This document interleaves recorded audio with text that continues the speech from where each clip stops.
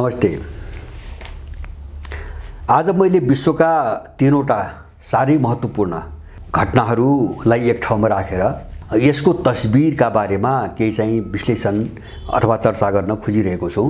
अहिले भर्खरै जापानको हिरोशिमामा G7 नामका पश्चिमा देशहरूको एउटा बैठक भएको छ र त्यो बैठकमा इन्डिया अहिलेको भूराजनीतिक चाहिँ परिस्थितिलाई हेरेर सायद त्यो उपयोग गर्न अलिकति चाहिँ आफूतिर नजिक पार्नुको होला। एउटा पाहुनाको रूपमा इन्डियालाई बोलाइयो, ब्राजिललाई बोलाइयो, भियतनामलाई बोलाइयो र दक्षिण कोरियालाई बोलाइयो जो G7 मा छैनन् र त्यसमा चाहिँ रुसका विरुद्ध एउटा चाहिँ आवाज उठाउनको निम्ति युक्रेनी राष्ट्रपति जेलेन्स्कीलाई पनि बोलाइयो।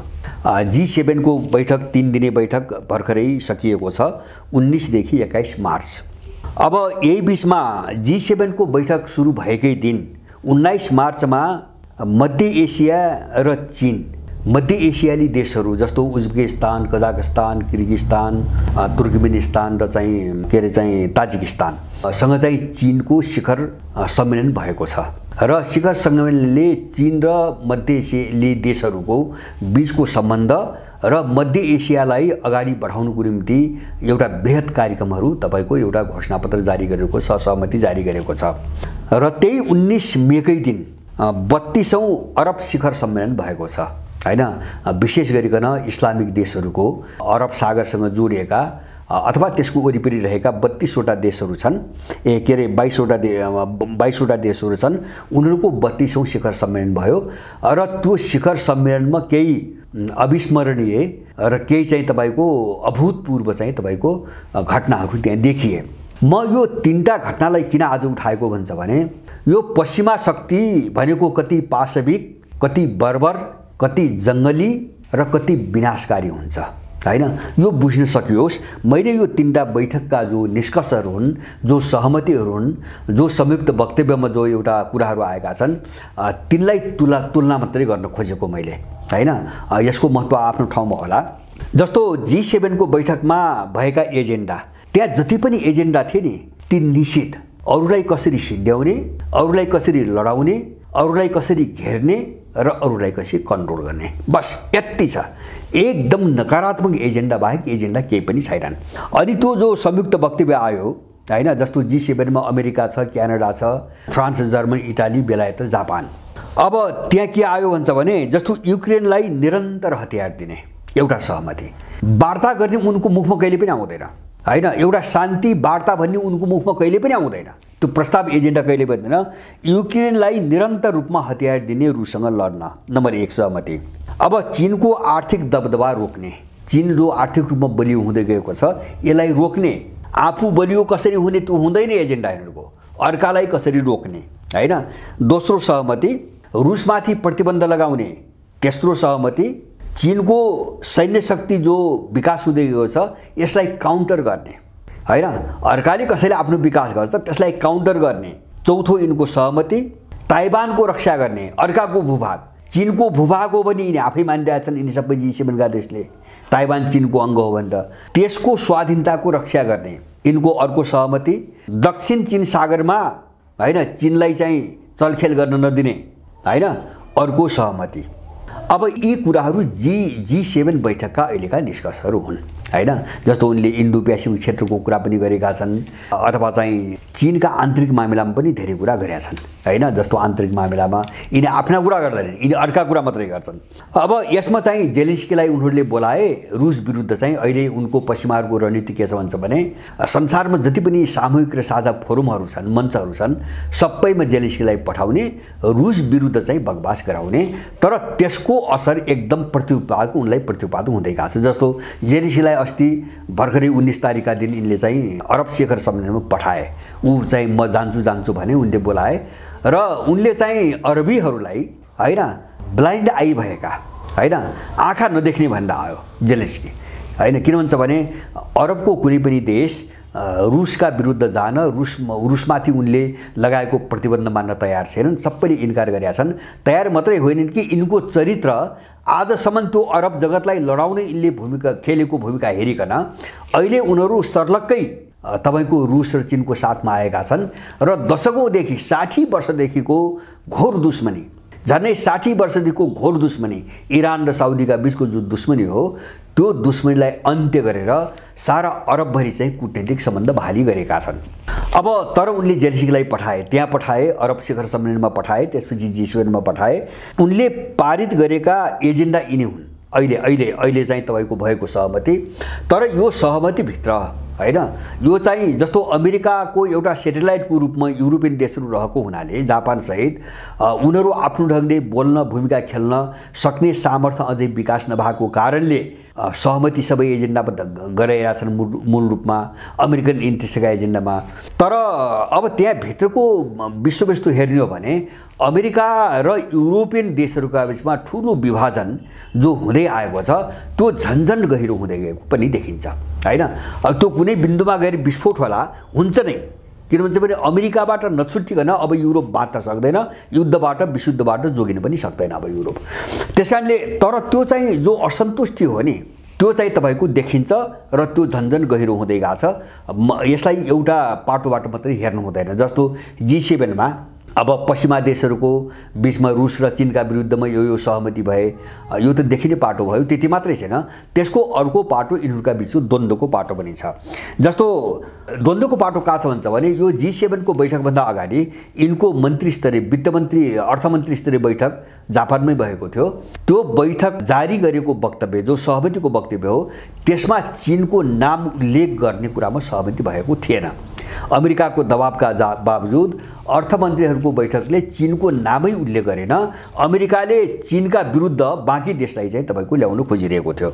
एउटा अन्तर्विरोध त्यहाँ देखिन्थ्यो उनीहरूको। त्यसपछि जस्तो अहिले पनि के देखिन्छ यो G7को बैठक भन्छ भने चीनको सैन्य शक्ति बढ्दो सैन्य शक्तिलाई काउन्टर गर्ने, ताइवानको स्वाधीनताको रक्षा गर्ने अथवा चाहिँ तपाईको रुससँग चीनको सम्बन्धको निन्दा गर्ने, विरोध गर्ने लगायत त छन्। तर त्यहाँ के पनि छ भन्छ भने यसका बावजुद चीनसँगको व्यापारिक सम्बन्ध बिगार्नु हुँदैन, नबिगार्ने। चीनसँगको जो व्यापारिक सम्बन्ध छ त्यो चाहिँ बलियो बनाएर लैजाने भन्ने भाषा पनि युरोपियनको दबावमा अहिले परेको छ, जो अमेरिका चाहन्नथ्यो। किन भन्छ भने युरोपियनहरूको सम्बन्ध रुससँग जे भयो त्यही सम्बन्ध चीनसँग हुने हो भने युरोप डुब्छ, कसैले केही गर्नु पर्दैन, युरोप डुबि नै हाल्छ। त्यो हालतमा छ तपाईको युरोप। अब यो चाहिँ तपाईको अहिले G7को बैठकको मैले कुरा गरेँ र यो बैठकको विरुद्धमा जबरजस्त प्रदर्शन पनि भयो जापानमा।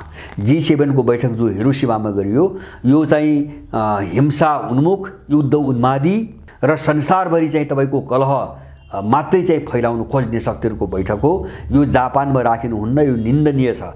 फेरि जापानको त्यो ठाउँ जो हिरोशिमा जहाँ अमेरिकाले 1945मा चाहिँ परमाणु बम हानेर एउटै बम दुईटा बमबाट झन्डै 2 देखि 2.5 लाख मान्छेहरूलाई चाहिँ एक चिहान बनाएको थियो। त्यो ठाउँमा चाहिँ तपाईको यो बैठक चलिरहेको छ। मैले G7को कुरा गरेँ। अब यही सँगसँगै 19 तारिकका दिन अर्को एउटा बैठक भयो मध्य एसियाली देशहरू र चीनका बीचको शिखर सम्मेलन। अब त्यो शिखर सम्मेलनका म एजेन्डा मात्रै सुनाउँछु। मैले G7का एजेन्डा, यिनले पारित गरेका एजेन्डा मैले सुनाएँ। अब मध्य एसिया र चीनका एजेन्डा जो चाहिँ वक्तव्य आयो, संयुक्त वक्तव्य, त्यसमा के भनेको हुन्छ भने द्विपक्षीय सम्बन्धलाई सुदृढ गर्नको निम्ति स्थायी खालको मेकानिजम एउटा संयन्त्र बनाउने। अब मध्य एसिया र चीनका बीचमा एउटा थाई चाहिँ मेकानिजम बनाउने, BRI-लाई व्यापक बनाउने, BRI मार्फत जो विकासको परियोजना अगाडि बढाएको छ त्यसलाई चाहिँ विस्तार गर्ने, रेल, हवाई, सडक सञ्जालको विस्तार गर्ने, त्यसपछि तपाईको किर्गिस्तान र उज्बेकिस्तानलाई चीनसँग जोड्ने एउटा अन्तर्देशीय रेलमार्ग बनाउने, कृषि, ऊर्जा, शिक्षा, विज्ञान, पर्यटन, स्वास्थ्य आदि क्षेत्रमा सहकार्य गर्ने, चीनले मध्य एसियाली देशहरूबाट आयात गर्ने कृषि उत्पादनलाई वृद्धि गर्ने, निकै ठुलो उल्लेखनीय चाहिँ मात्रामा वृद्धि गर्ने र मध्य एसियाली देशहरूको सार्वभौमसत्ताको सुरक्षा र प्रतिरक्षा प्रणालीको विकासमा चीनले सहयोग गर्ने। यिनी हुन् अहिले भएका सहमतिका एजेन्डा। माने यहाँ न चाहिँ त्यो अमेरिकनलाई गाली छ हैन, न त्यो क्षेत्रमा चाहिँ युरोपियन जान पाउनुहुन्न भन्ने छ, न अमेरिकन जान पाउनुहुन्न भन्ने छ। मैले यिनको निर्णय एजेन्डाको तुलना मात्रै आज गर्न खोजेको। तेस्रो बैठक अरब शिखर सम्मेलन हैन, 19 मेकै दिन भयो, 32औं शिखर सम्मेलन हो 22 देशको। यसमा चाहिँ एउटा उल्लेखनीय अभूतपूर्व घटना के भयो भन्छ भने अमेरिकीहरूको षड्यन्त्रमा र अमेरिकीहरूको दबावमा 2011 देखि सिरियालाई अरब लीगबाट निकाल्न लगाइएको थियो र अहिले झस्के सबै बुझे र यो चिनिया पहलमा जो चाहिँ इरान र साउदीको बीचमा चाहिँ सम्बन्ध पुनर्बहाली भयो त्यसको लगत्तै अरूसँग पनि भयो जस्तो सिरिया र ट्युनिसिया सिरिया र चाहिँ तपाईको साउदी अरेबिया भइसकेपछि अहिले अरब लीगले पछुतो मानेर बुझेर अमेरिकनको चाल तपाईको थाहा पाएर अहिले सिरियालाई अरब लीगमा बोलाए र सिरियाका राष्ट्रपति असद अहिले चाहिँ जेद्दाहमा जो साउदी अरबमा जो सम्मेलन भयो त्यो सम्मेलनमा एउटा बेग्लै खालको एउटा विशिष्ट आकर्षणको पात्र बनेर रहेका छन्। यो चाहिँ अमेरिकन र युरोपियनहरूमाथि ठुलो मार हो हैन। अब सिरिया चाहिँ असद भनेको के हो भन्छ भने उनको निम्ति इरानका शासकहरूभन्दा बढ्ता बिझाउने हैन पात्र हुन्। उनको जो स्वागत सम्मान भयो र सबै अरब जगतले बडो खुसीका साथ अरब एकताको नाममा हैन सिरियालाई चाहिँ पुनर्स्थापित गर्यो 11 पछि यो तपाईको 12 वर्षपछि यसले पश्चिमाहरूको मुटुमै प्रहार गरेको छ। अहिले एउटा मुख्य घटना अरब शिखर सम्मेलनको र त्यसमा भएका मुख्य गरेर जस्तो प्यालेस्टाइन द्वन्द्व, सुडान गृहयुद्ध र यमनमा शान्ति कायम गर्ने यी 3 कुरामा चाहिँ अरबी देशहरूका बीचमा समन्वय गर्ने एउटा महत्त्वपूर्ण निर्णय अथवा सबै अरबीहरू मिलेर यी 3टा मुद्दामा काम गर्ने विशेष गरिकन महत्त्वपूर्ण मुद्दामा र उनले दुई देशको चाहिँ जस्तो प्यालेस्टाइन र इजरायलीहरू को निम्ति जो एउटा पहिले राष्ट्रसङ्घमा स्वीकृत एउटा छ जो इजरायलले अहिलेसम्म दादागिरी गरेर मानिरहेको छैन हैन। इजरायल र फिलिस्तिन दुईटा देशको चाहिँ तपाईको एउटा सिद्धान्त प्रतिपादन गरेर शान्ति कायम गर्ने भनेर राष्ट्रसङ्घबाट पारित भएको कुरा इजरायलले हुन दिइरहेको छैन। जस्तो अहिले हामी सुन्छौँ गोलान हाइट भयो, तपाईको गाजा भयो, पश्चिम किनार भयो, यी सबै प्यालेस्टाइन भूमिहरू हुन्। कुनै चाहिँ जोर्डनका छन् जस्तो गोलान हाइट जोर्डनमा थियो तर इजरायलले जबरजस्ती चाहिँ तपाईको कब्जा अहिलेसम्म गरेको छ। अब त्यो दुई स्टेट दुई राज्यको चाहिँ कन्सेप्टमा जाने त्यसलाई लागू गर्ने त्यसको निम्ति सबै अरबीहरूले चाहिँ सामूहिक रूपमा पहल गर्ने एउटा उनको निर्णय। अहिले मैले सिरियाका राष्ट्रपतिको स्वागत हैन स्वागत गर्ने एउटा चाहिँ उनीहरूले चाहिँ आभार व्यक्त गरेका छन्। अरब एकताको विषयमा निर्णय भएको छ। अरबी देशहरू सब एकजुट हुनुपर्छ यहाँको शान्ति स्थायी रूप विकासको निम्ति भन्ने छ। त्यसपछि जेरुसलममा मुस्लिम इलाकामा जो अत्याचार यहुदीहरूले गरिरहेका छन् यसलाई समाधान गर्ने र आवश्यक परे स्टेप पनि चाल्ने कुनै कदम पनि चाल्ने जस्तो जेरुसलमको मुस्लिम इलाकाको सुरक्षाको प्रश्न त्यहाँ आएको छ उनको निर्णयमा। अरबी देशहरूभित्र कुनै पनि बाह्य हस्तक्षेपको प्रतिकार गर्ने। अब अरबी देशहरूभित्र कुनै तेस्रो देश आएर चाहिँ हस्तक्षेप गर्यो भने त्यसको चाहिँ सामूहिक रूपमा प्रतिकार गर्ने र अरब क्षेत्रको दिगो विकास, दिगो सुरक्षा, स्थायित्व र शान्तिका निम्ति सबै प्रतिबद्ध रहने सामूहिक रूपमा यी निर्णय हुन् अहिले चाहिँ अरब लीगको 32औं सम्मेलनका निर्णयहरू। अब हामी यहाँ हेरौँ जस्तो अरब लीगको सम्मेलनमा जति पनि चाहिँ तपाईको निर्णय देख्छौँ अरब जगतको भलाइको निम्ति केन्द्रित छन् सबै निर्णय। अब चीन र मध्य एसियाली देशहरूका बीचको शिखर सम्मेलन जति पनि एजेन्डा हेर्छौँ त्यो दुई पक्षका बीचमा बढीभन्दा बढी राम्रो अवस्था कसरी सिर्जना गर्ने, मित्रतालाई कसरी नजिक बनाउने भन्ने मात्रै छ हैन। एउटा पनि त्योभन्दा बाहिरको एजेन्डा छैन। तर G7 को एजेन्डा उनीहरूको हालतलाई कसरी सुधार्ने भन्ने छैन, त्यो अर्कालाई कसरी सिद्ध्याउने टोटल एजेन्डा रुस र चीनका विरुद्धमा केन्द्रित छन्। जबकि म एउटा चाहिँ तपाईको स्मरण गराइदिउँ भर्खरै के अरे चाहिँ बेलायतका उनको हालत भनेपछि उनको हालत कस्तो छ भन्छ भने अमेरिका चाहिँ तपाईको वित्तीय सङ्कट ऋणको सङ्कटले अब यो 8-10 दिनपछि डुब्ने हो कि भन्ने अवस्था छ हैन। पैसा छैन, थप ऋण लिनको निम्ति कांग्रेसबाट स्वीकृति उसले पाएको छैन। स्वीकृति पाएन भने अमेरिका डुब्नेवाला छ 8 दिनपछि। होला पाउला त्यो आफ्नो ठाउँमा छ। पाए पनि त संसारको जस्तो 314 खरब डलर ऋण छ त्यसको अहिले आन्तरिक र बाह्य गरिकन त्यसमा पनि अहिले बढायो भने अब त्यसको चाहिँ झन्डै 2 वर्षको जीडीपी बराबर उसको ऋण पुग्छ। हालत त्यो छ अमेरिकाको। बेलायतको मैले सुनाइन्छु। बेलायतमा अहिले भर्खरै अरबपति यो चाहिँ 17 मार्च मेको कुरा हो। 17 मे भनेपछि 5 दिन अगाडिको कुरा हो। अब तपाईको बेलायतको एउटा अरबपति छन् जिम रगर्स भन्ने अरबपति छन्। उनी विश्लेषक पनि हुन्। उनको एउटा भनाइ के आएको छ भन्छ भने अहिले dollar dominance coming to an end यिनी बेलायतका अरबपति हैनन्, मैले माफ गर्नु होला। यिनी चाहिँ एनालिस्ट हुन्, विश्लेषक हुन्, अमेरिकन हुन्, जिम रगर्स भन्ने। उनले भनेका छन् dollar dominance coming to an end, हैन। डलरको डोमिनेन्स अब अन्त्यको निकट आइसकेको छ, अन्त्यको निकट आइसकेको छ, उनले यो भनेका छन्। अर्को मैले अघि नै भन्दै थिएँ नि, जो बेलायती तपाईँको अरबपति, बेलायती अरबपतिको एउटा भनाइ म चाहिँ यहाँ तपाईँहरूलाई राखिदिन चाहन्छु। उनले भर्खरै अस्ति 2-3 दिन अगाडि भनेका छन्, सायद उनको नाम के छ है, समथिङ गे ह्यान्ड भन्ने हो। यो चाहिँ तपाईँको अस्ति भर्खरै हो, 3 दिन अगाडिको चाहिँ तपाईँको हो। Poland will be rich than UK by 2030। 2030मा अर्थात् अबको 7 वर्षपछि पोल्यान्ड बेलायतभन्दा धनी हुँदैछ, धनी हुन्छ। बेलायत त्यस्तो नाजुक अवस्थामा छ। उनी थप के भन्छ भने सन् 2040सम्म, हैन, अथवा अबको 17 वर्षपछि बेलायतीहरू युरोपको अत्यन्तै गरिब मान्छेहरूमा परिणत हुनेछन्। बेलायत उभो लाग्ने कुनै पनि सम्भावना छैन, आधार छैन, स्रोत आधार केही पनि छैन। बेलायत चरमराइसकेको छ। यो बेलायतका अरबपतिको भनाइ हो। तर यी साम्राज्यवादीहरूका एजेन्डा हेर्नुहोस्, हैन। यो हालतलाई कसरी सुधार्ने त्यो छैन कि उनको एउटा पश्चिमी सभ्यता भन्छ नि, एउटा जङ्गली पनि होइन, त्यो एउटा बर्बर पैशाचिक जो सभ्यता, हैन, जो क्रिस्चियनिटी जो सभ्यता हो नि, पैशाचिक सभ्यता, त्यो सभ्यतामा सद्भाव, सहिष्णुता, मेलमिलाप र एउटा सहअस्तित्व, सहकारी भन्ने नै छैन। किन? त्यो सभ्यताको समस्या हो क्या त्यो, हैन। मैले बारम्बार भन्छु, त्यो कुनै व्यक्तिको, कुनै शासकको होइन। तपाईको जुन व्यक्ति आओस्, जुन पार्टी आओस्, तपाईको धारणा यही छ। किन? त्यो सभ्यताको समस्या हो। किन? उनको सभ्यता यस्तै बर्बरता र पैशाचिकताबाट उठेको समस्या हो। त्यसकारणले उनीबाट मानवता, वसुधैव कुटुम्बकम, हैन, अथवा विश्वभरि चाहिँ शान्ति र मेलमिलाप, यो आशा कसैले पनि गर्न हुँदैन, हैन। इतिहासमा यो चिज उनीहरूबाट पूर्ति पनि भएको छैन, आज पनि त्यो देखा परिरहेको छैन, भोलि पनि हुनेवाला छैन। त्यसैले G7 को बैठक त्यसैको एउटा अभिव्यक्ति हो। योभन्दा अगाडि पनि यिनका एजेन्डा त्यही थिए, सधैँभरि त्यही थिए। र युक्रेन द्वन्द्व हुनुभन्दा अगाडि पनि यस्तै हुन्थे। अगाडि पनि उही चाइनालाई कन्टेन गर्ने उनको मुख्य एजेन्डा थियो। जस्तो रुस चाहिँ तपाईँको उसमा थिएन, उनीहरूको, हैन, फोकसमा थिएन। चाइनालाई कन्टेन गर्ने, हैन, चाइनालाई घेर्ने, चाइनालाई चाहिँ नियन्त्रण गर्ने, चाइनालाई पछार्ने भन्दा यिनको अर्को भाषा हुँदैन थियो। यसले यिनीहरूलाई अब विनाशको चाहिँ तपाईँको डिलमा पुर्याइसकेको छ र यिनीहरूको उभो लाग्ने कुनै पनि सम्भावना अब छैन।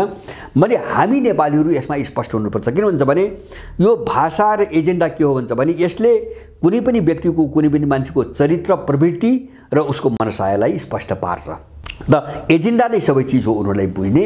हामी यो विषयमा स्पष्ट चाहिँ हुनुपर्छ र त्यसले हामीलाई के फाइदा पुर्याउँछ भन्छ भने नेपालको भूराजनीतिभित्र हाम्रो निम्ति हितकारी र अहितकारी शक्ति को हुन् भनी छुट्याउन हामीलाई मद्दत गर्छ, हैन।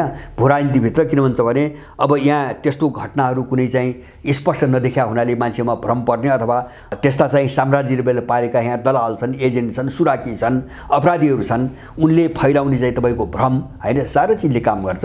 त यिनीहरूको यो चिजबाट जो हामीले देखिरहेका छौँ अलि प्रष्ट भएर यो पश्चिमा शक्तिबाट एकदमै होशियार हुन एकदमै जरुरी छ। र मैले पहिले पनि भनेको छु र फेरि पनि यहाँहरूलाई दोहोऱ्याउँछु, नेपालको जुन हालत भयो, हैन, हस्तक्षेप त एउटा कुरा छँदैछ। भित्र चाहिँ तपाईँको नेपालको भूराजनीति गिजोलेर नेपाललाई सिद्ध्याएर आफ्नो मिसन अगाडि बढाउने उनको आफ्नो त्यो त एउटा पाटो छँदैछ। त्यो मात्रै हैन, हामीले पश्चिमा जगत भनेको के न होला, सभ्रान्त, सुखी, शान्त, वैभवशाली, मानवीय होला, यस्तो चाहिँ भ्रमले, हाम्रो पछौटको चेतनाले उनले चाहिँ ल्याएका जति पनि चिज सिक्यौँ, आँखा चिम्लेर जो सिक्यौँ नि हाम्रो आफ्नो जीवन पद्धतिमा, त्यसले हामीलाई कति जर्जर, कति रुग्ण र कति दयनीय अवस्थामा पुर्याएको छ आज हामीले हेरिरहेका छौँ, हैन। जस्तो यहाँ त देश मात्रै समस्यामा छैन, प्रत्येक व्यक्ति समस्याग्रस्त भइसकेको छ, प्रत्येक व्यक्तिको दिमागै समस्याग्रस्त भइसकेको छ पश्चिमाहरूको नक्कल गर्दा। किन भन्छ भने त्यहाँ त विकृति मात्रै छ, हैन, त्यहाँ त नकारात्मक कुरो मात्रै छ, त्यहाँ त विध्वंस मात्रै छ, हैन, त्यहाँ त स्वार्थ मात्रै छ, अरू केही पनि छैन। हो, यो चिजलाई आधुनिकता भनेर जो हामीले ल्यायौँ नि, यसले प्रत्येक व्यक्तिलाई नष्ट गर्दै गएको छ। र आज चाहिँ राज्य मात्रै हैन, राज्यको कुरा मात्रै गर्नु हुँदैन। हामी नेपाली समाज र समाजको प्रत्येक व्यक्ति यस्तो डरलाग्दो ढङ्गले अपराधीकरण भइसकेको छ कि यसबाट उम्किनको निम्ति हामीले लामो र ठुलो लडाईँ लड्नुपर्ने अवस्था छ। यो सबै शिकार हामी उनको अन्धानुकरण गर्दाखेरि भइरहेका छौँ। यो चिजलाई बुझ्न जरुरी छ र त्यसैको एउटा प्रतिबिम्ब हो G7 को बैठक र यस्ता शक्तिहरूबाट नेपालीहरू समयमै स्पष्ट हुँदा त्यो देशको निम्ति धेरै ठुलो हितको काम गर्छ। हस्, धन्यवाद।